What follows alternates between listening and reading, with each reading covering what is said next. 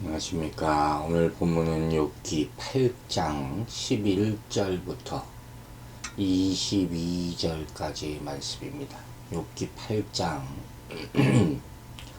11절부터 22절까지의 말씀입니다. 빌닷은 오늘 본문에서 세 가지 사례죠. 예를 들어서 자신의 주장을 계속해서 뒷받침하는데 그 기본 주장의 내용은 이런 거예요. 하나님을 떠난 사람들의 그런 모습들, 그리고 불경건한 사람들, 이런 사람들은 하나님의 심판과 징계로 인해서 불행한 최후를 맞이할 수밖에 없다. 그 얘기예요. 그들의 삶에는 희망도 미래도 없다. 이렇게 하나님을 떠난 사람들의 모습을 예를 들어서 설명을 합니다. 그리고 첫 번째 사례로 왕골과 갈대를 예를 들어요. 특이한 예를 드는 거죠. 왕골이라는 게 뭔지 아시죠? 이 물이 있는 그 갯벌, 수렁, 늪지대에 이렇게 해서 자라는 그런 식물이에요. 갈대도 그렇죠. 이 왕골, 갈대 이런 것은 물을 충분히 공급받지 못할 경우에는 못 자랍니다. 금방 말라 죽을 수 있는 그런 연약한 식물이에요. 빌닷은 하나님을 떠난 불경건한 사람들의 결말은 이렇게 물이 충분하지 않거나 물이 아예 없는 곳, 수렁, 늪지대 그런 곳에서 자라는 갈대의 운명과도 같다. 이렇게 예를 들어서 설명하고 있는 거예요. 물이 많이 필요한 이런 왕골이나 갈대는 물이 없는 곳에서는 빨리 말라 죽는다 그랬잖아요. 이 빌닷은 불경건한 자들의 불행한 결말이 그와 같다는 것이죠. 욥이 당한 재난이 마치 그와 같다고 빗대서 얘기하는 거죠. 하나님을 떠났으니까 물이 없어서 말라 죽는 식물 같지 않느냐. 하지만 욥은 하나님을 떠난 적이 없죠. 욥의 상황을 모르고 하는 얘기예요. 이건 우리에게 어떤 교훈을 줍니까? 바로 우리가 참된 생명을 얻기 위해서는 생명수가 되시는 예수 그리스도를 믿어야 된다. 그 교훈을 주는 거예요. 소위 말하는 번영신학이라는 게 있어요. 번영신학. 이 번영신학은 이 세상에서 번영을 누리면서 잘 사는 것, 이것만을 강조하는 거죠. 그런데 이것과 십자가 복음을 참되게 믿는 사람하고는 다른 거예요. 죄인이 이 세상에서 누리는 번영은 잠시 동안 생명력을 유지하고 있는 것과 똑같아요. 갈대 같다 하는 그런 얘기입니다. 자, 이제 두 번째로 빌닷은 불경건한 자들이 신뢰하는 것이 마치 쉽게 끊어지는 거미줄 같다. 이렇게 또 비유를 두 번째로 합니다. 거미줄로 집을 만들면 여러분 그게 튼튼하겠습니까? 겉으로 보기에는 촘촘히 만들어가 보일지 몰라도 사람이 어떻게 거미줄에 의지하고 살겠습니까? 오래 서 있지도 못하고 그냥 한번 손으로 툭 치면 다 무너지는 것이 거미줄 아닙니까? 이건 바로 순식간에 자녀들과 재산을 잃어버린 그런 욥의 상태, 이런 비극적인 상황을 또 빗대서 얘기하고 있는 거예요. 이런 비유도 욥에게는 큰 고통을 안겨줬을 거라는 거죠. 친구의 깊은 고통을 헤아리지는 못하고 오히려 가슴 아프게 하는 그런 안타까운 모습을 지금 보여주고 있는 거예요. 이런 건 전혀 위로가 되지 못합니다. 사실도 아니죠. 하나님의 말씀처럼 보이나 사실 적용이 되지 않는 말씀. 이거 어떻게 은혜가 된다고 말할 수가 있겠습니까? 누군가를 어떻게 고치거나 회복을 시킬 수가 있겠습니까? 사단이 예수님 유혹할 때 이런 말을 해요.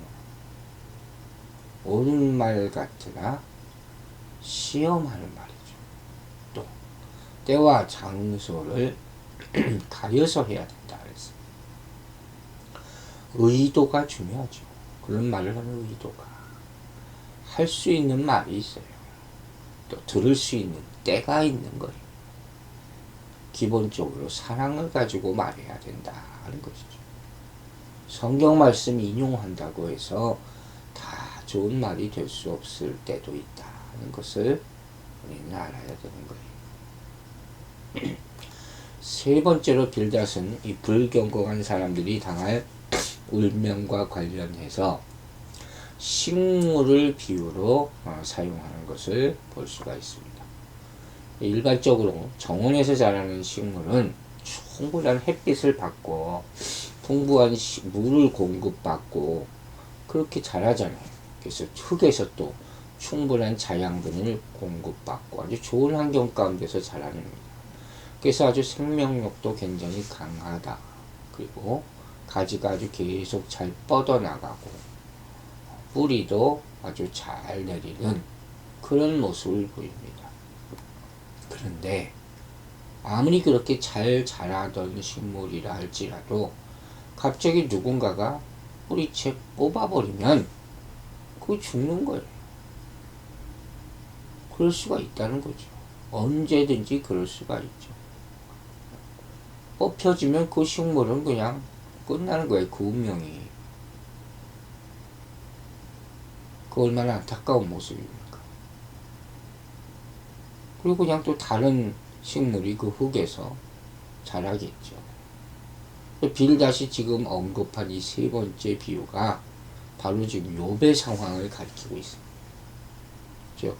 욥이 이제까지 한때 매우 잘 나가는 사람이었어요. 소위 말해서. 주변 사람들에게도 인정받고 하나님께도 인정받고 그랬을지 모르지만 어느 날 갑자기 모든 것을 잃어버리죠.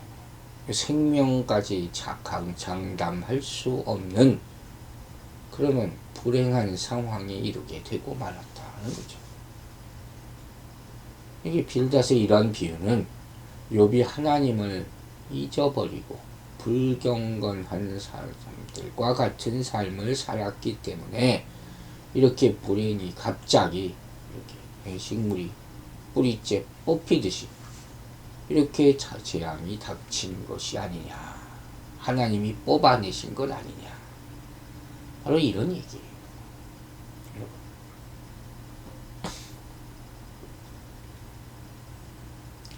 하나님을 떠난 죄인들의 모습을 한번 봅시다. 외적으로는 변화가 없는 것 같아요. 어떤 사람은 아주 풍요롭게 잘 살아요.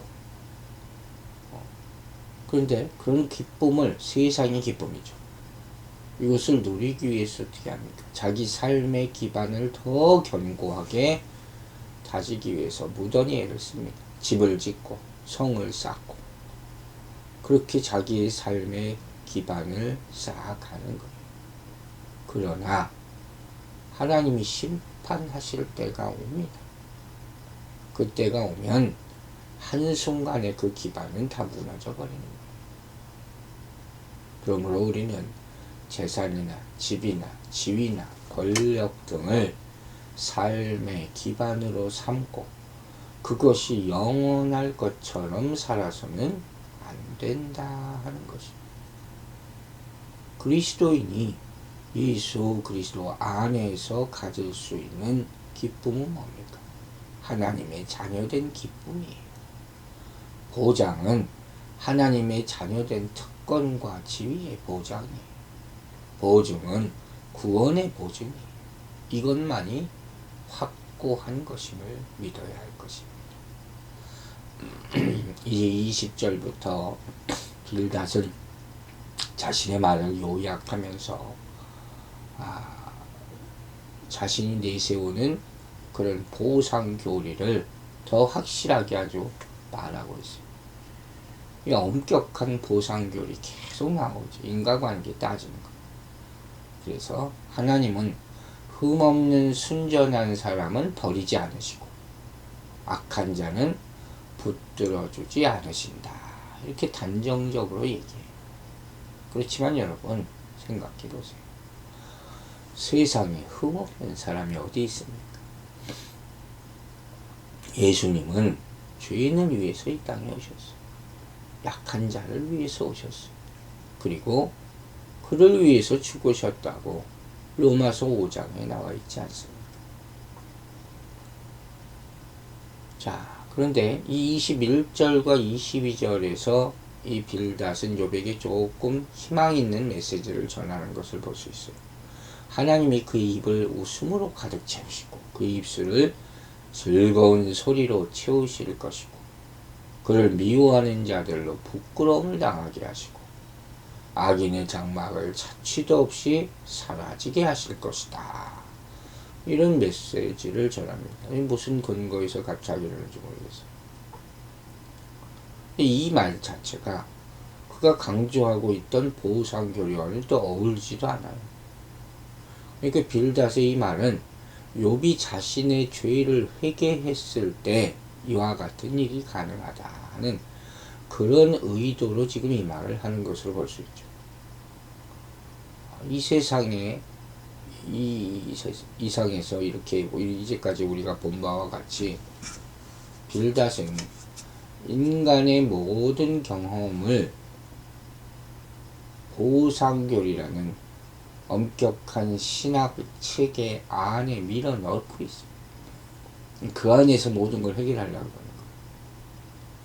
거예요. 개개인의 행동과 그로부터 경험되는 나타나는 결과들 사이에 1대1의 상관관계가 있다고 생각하는 거죠.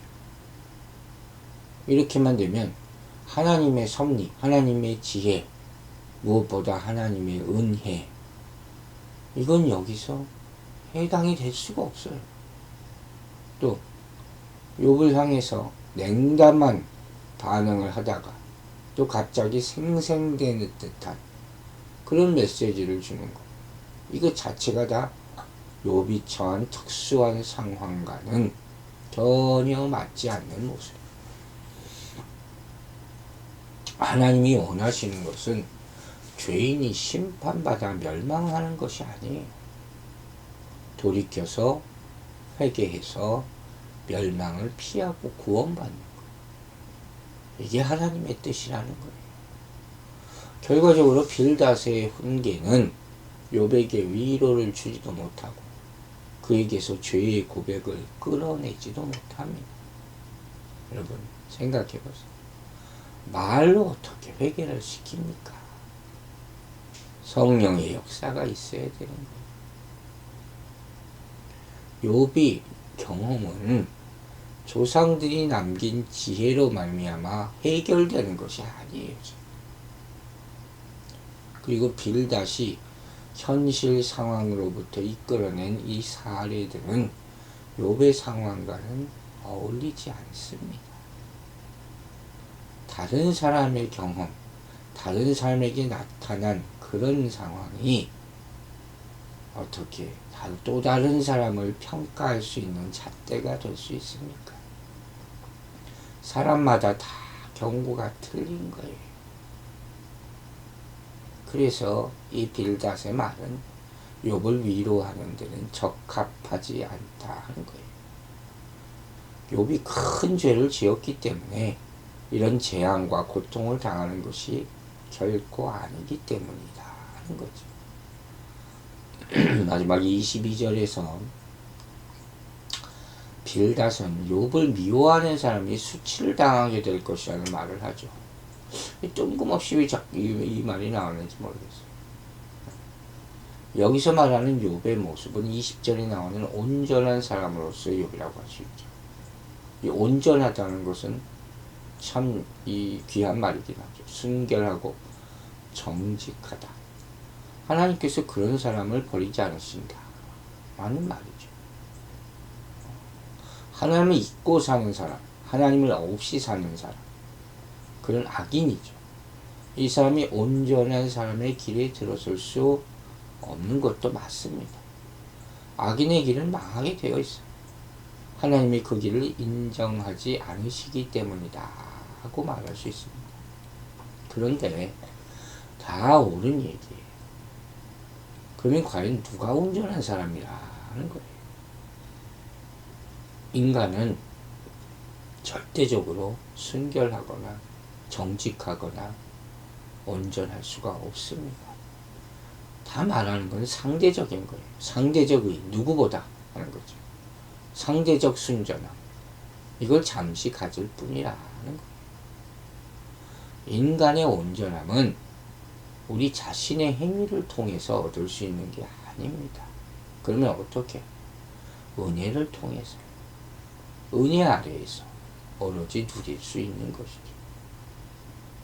그러므로 악인은 은혜를 인해서 온전케 된 사람을 결코 이길 수가 없다 하는 것입니다. 여러분, 우린 다 죄인이에요.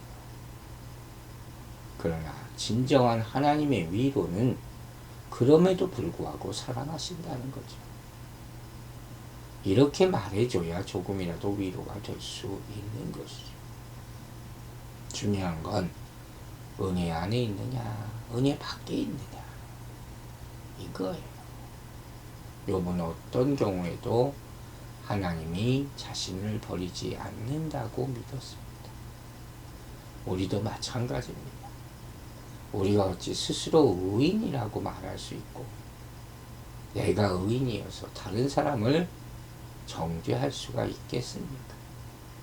우리는 다만 은혜로 살 뿐입니다. 깨닫는 모든 분들 되시기를 간절히 기도하겠습니다. 기도합니다. 아버지 하나님, 오늘 이 아침에도 은혜를 깨닫게 하심을 감사드립니다. 주님의 은혜가 아니면 어찌 우리가 숨쉬고 살 수가 있겠습니까? 죄 가운데 태어나 죄의 영향을 받아가면서 살아가는 우리의 인생, 그 가운데 무엇이 옳고 그르다 어찌 함부로 말할 수가 있겠습니까? 그럼 우리가 은혜의 빛 가운데 있을 때 우리가 살아나고 또는 다른 사람의 영혼을 향해서 은혜를 나타나게 될 줄로 믿습니다. 죄의 구렁텅이에서 몸부림치는 그런 영혼들을 불쌍히 여겨주시고 우리 입술을 정결케 하여 주셔서 오로지 은혜의 말씀을 전하여 한 생명 한 생명을 살릴 수 있도록 오늘 하루도 쓰임받게 하여 주시옵소서. 은혜 주신 주님께 감사드리며 예수 그리스도의 이름으로 기도했습니다. 아멘.